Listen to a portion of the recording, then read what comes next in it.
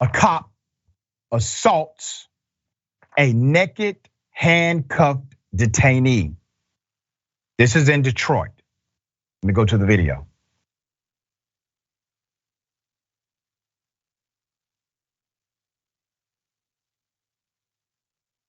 Okay, here's the video. You see what's happening here? Now, the officer is a lieutenant. Her name is Velma Hampton. She actually works with those with mental health illnesses. That's according to her work profile. She's supposed to be a specialist of sorts. She has training to deal with those who have a mental health disorder. Let's put up her picture full mass.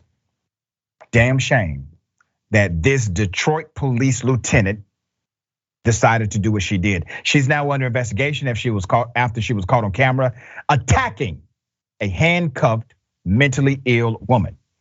The Internal Affairs investigation will determine if this supervising officer failed to properly submit a use of force report and acted appropriately in the incident.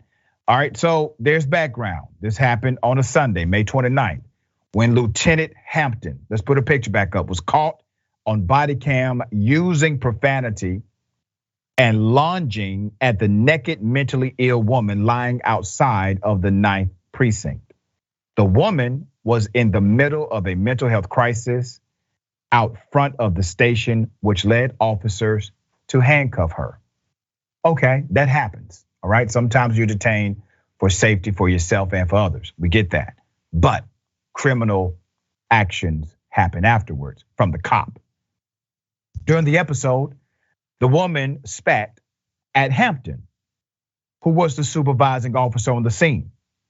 And when warned to stop, the woman repeated the act. Hampton snapped and leaped at the lady. The video shows other officers trying to hold her back and separate her from the woman. But Lieutenant Hampton was relentless, screaming at the individual and at one time even pulling her hair. What's the response? In response to her actions, the Detroit Police Department has taken away all of her firearm responsibilities and restricted Hampton to administrative duties. The 25-year veteran is now under investigation for her behavior in front of the 9th precinct and receiving criticism from the members of the force. That's according to Fox 2 News. Let's put a picture up again. Why has she not been arrested? She should have been arrested by another officer.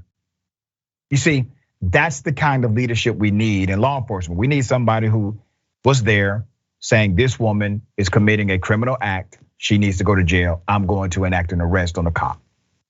That didn't happen. She still has not been arrested. The Detroit Police Chief, James White, commented on the incident. Let's put up his picture. All right.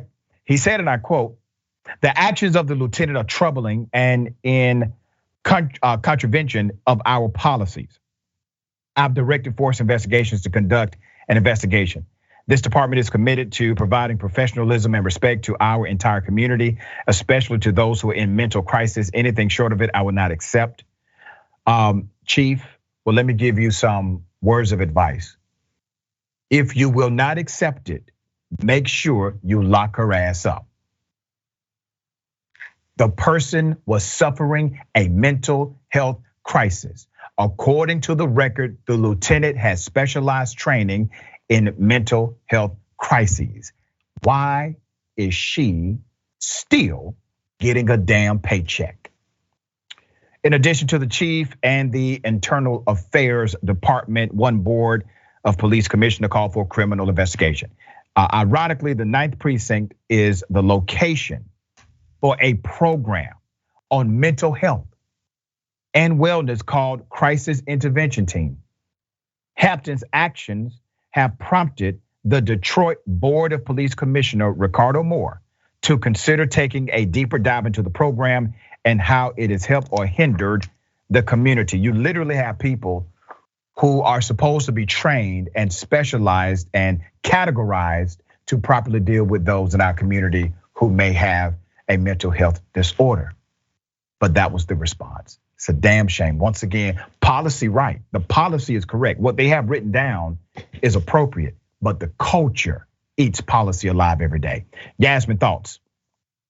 Yeah, we keep trying to band-aid these incidents and deal with them as they crop up. But just as we were saying earlier, these are only the incidents that we're actually aware of. We keep trying to rely on individuals rather than institutions, and we keep giving more and more of our public funding to law enforcement rather than to some kind of mental health programs that would actually help these people.